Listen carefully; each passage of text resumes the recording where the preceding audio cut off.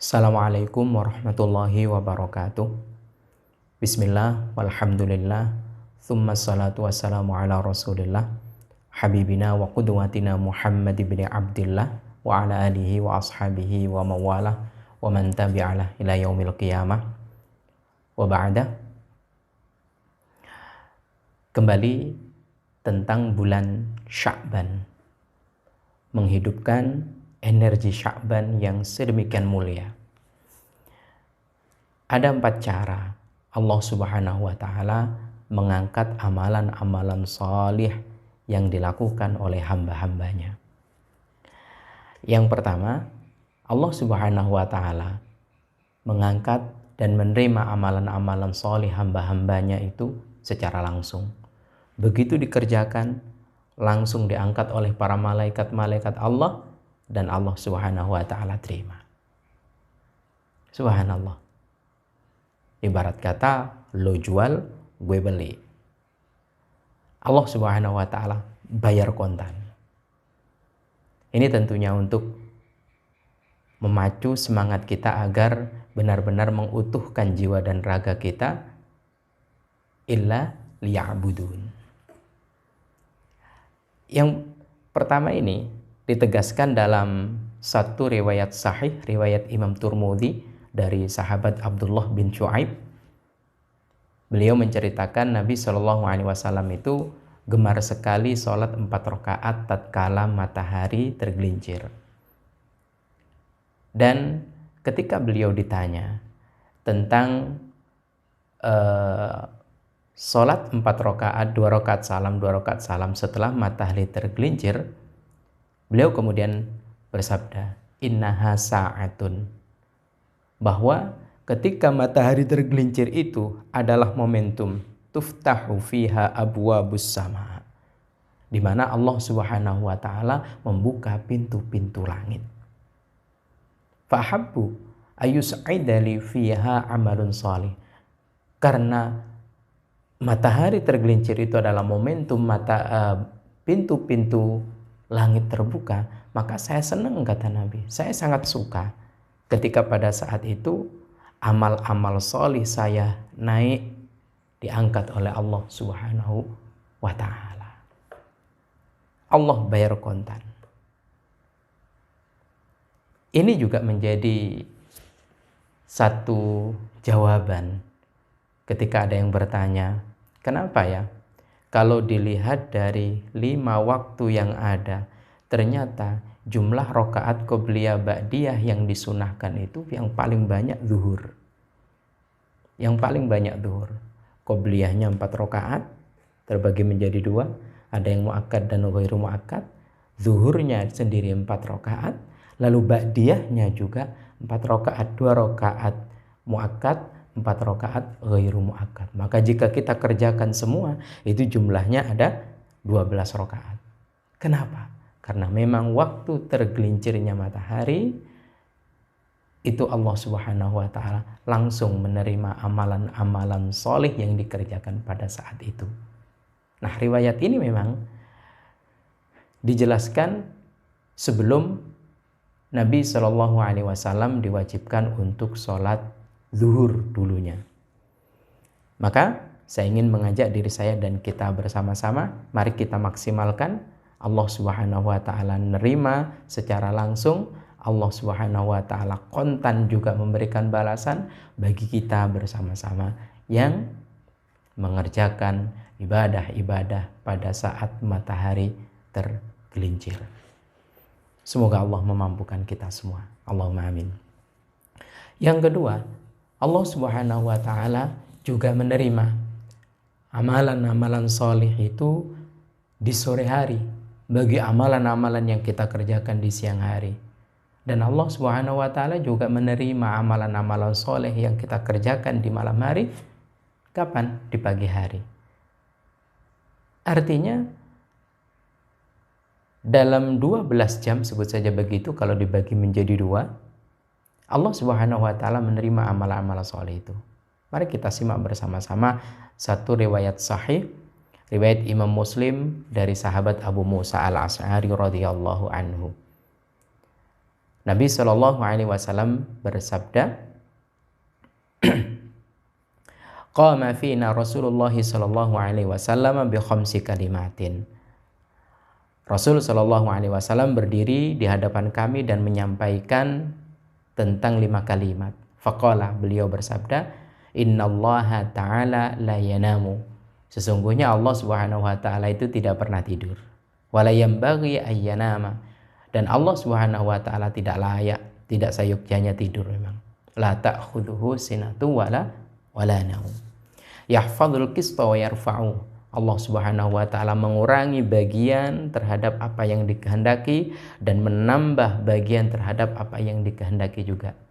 Yarfa'u ilaihi, diangkat kepadanya amalul laili, amalan malam, qabla amalin nahar, sebelum amalan siang.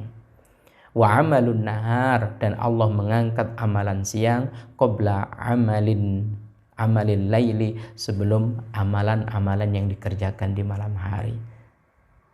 Subhanallah. Allah Subhanahu wa taala menerima dan mengangkat amalan-amalan soleh kita yang kita kerjakan di malam hari sebelum siang. Allah Subhanahu wa taala juga menerima amalan-amalan soleh yang kita lakukan di siang hari sebelum matahari terbenam.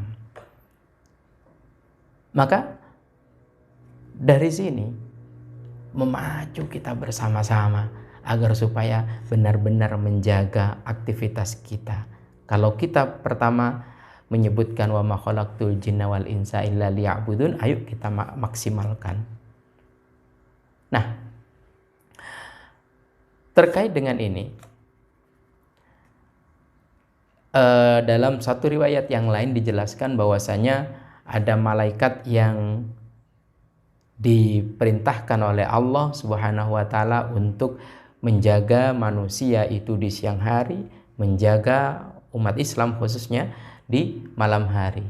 Menarik, di situ ada hal yang perlu kita fahami, bahwa ketika malaikat-malaikat yang bekerja bertugas siang hari menjaga kita itu naik menuju Allah Subhanahu wa taala untuk ganti shift istilah kita, maka Allah Subhanahu wa taala yang Maha Tahu, beliau bertanya, wahai para malaikatku, bagaimana dan sedang apa umat hamba-hambaku kau tinggalkan? Maka mereka menjawab, sedang sholat ya Allah. Sholat apa? Sholat asar tentunya. Pun demikian, ketika malaikat yang menjaga malam hari itu kembali kepada Allah untuk digantikan malaikat-malaikat yang menjaga di siang hari, malaikat yang menjaga di malam hari, ditanya oleh Allah yang Maha Tahu.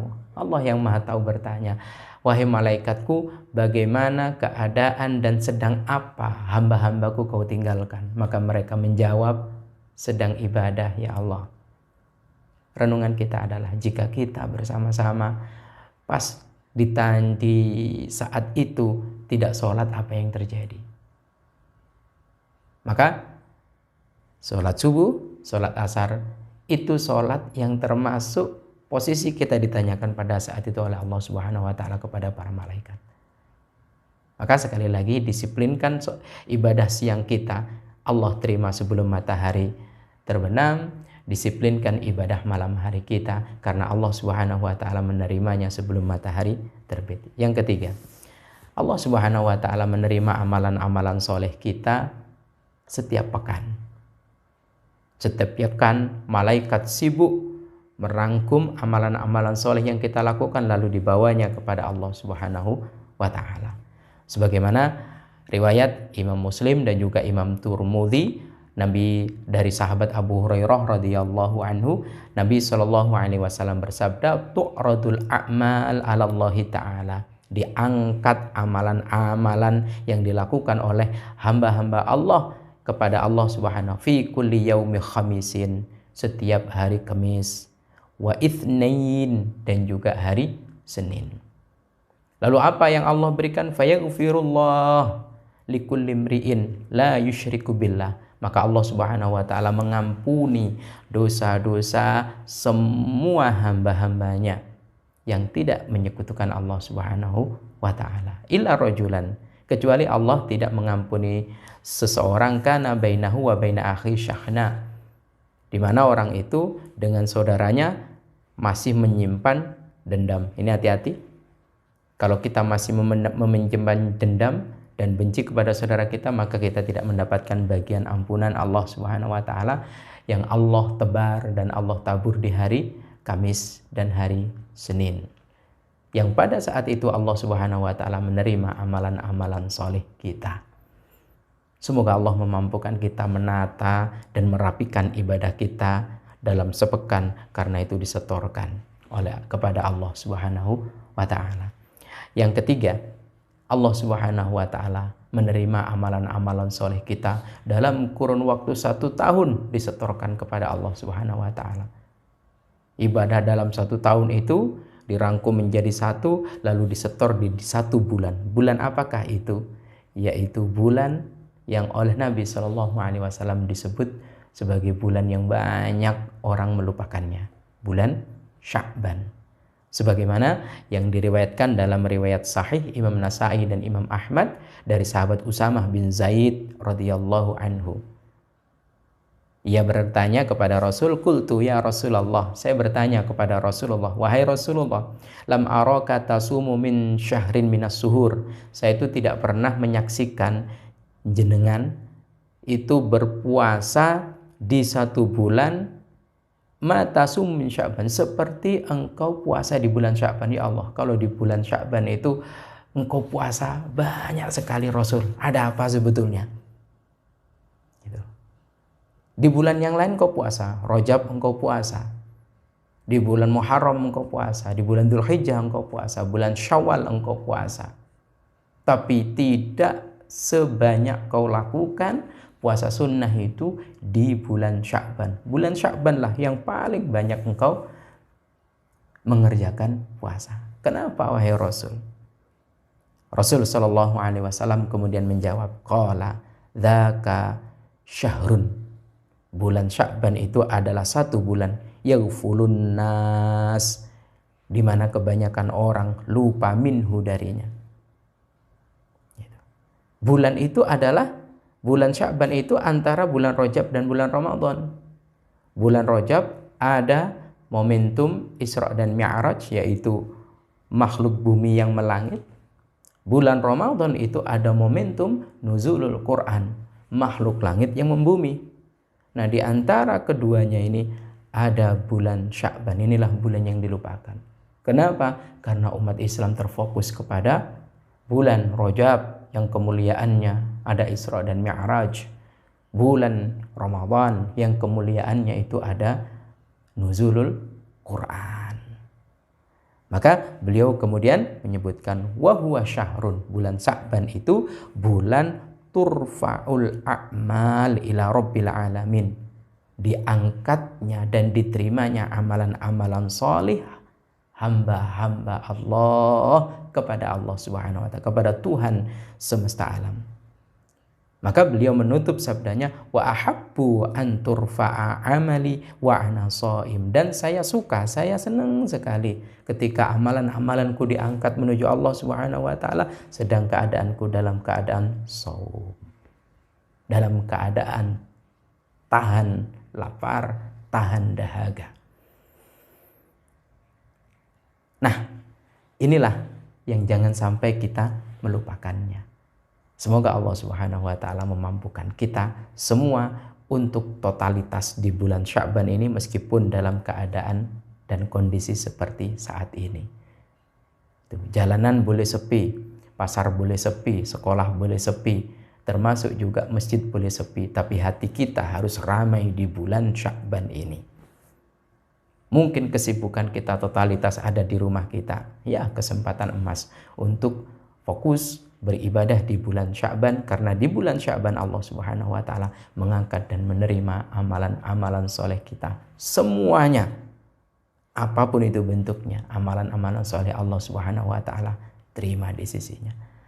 Semoga Allah Subhanahu wa taala menjadikan bulan Sya'ban ini bulan Sya'ban yang jauh lebih indah dibandingkan bulan Sya'ban sebelumnya. Allahumma amin. Mungkin kondisinya berbeda, kondisinya lebih kembali ke rumah.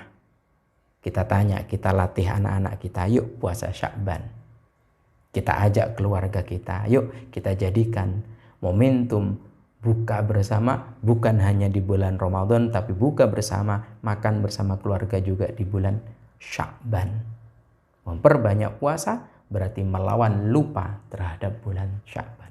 Memperbanyak puasa itulah yang dicintai dan disuka oleh Nabi Shallallahu Alaihi Wasallam. Pada saat amalan-amalan beliau diangkat, pada saat itu berpuasa. Semoga Allah menuntun kita dengan hidayah dan taufiknya. Allah Subhanahu Wa Taala mengistiqomahkan iman dan Islam kita. Amin. Allahumma amin. Wallahu a'lam bishawab. Assalamualaikum warahmatullahi wabarakatuh.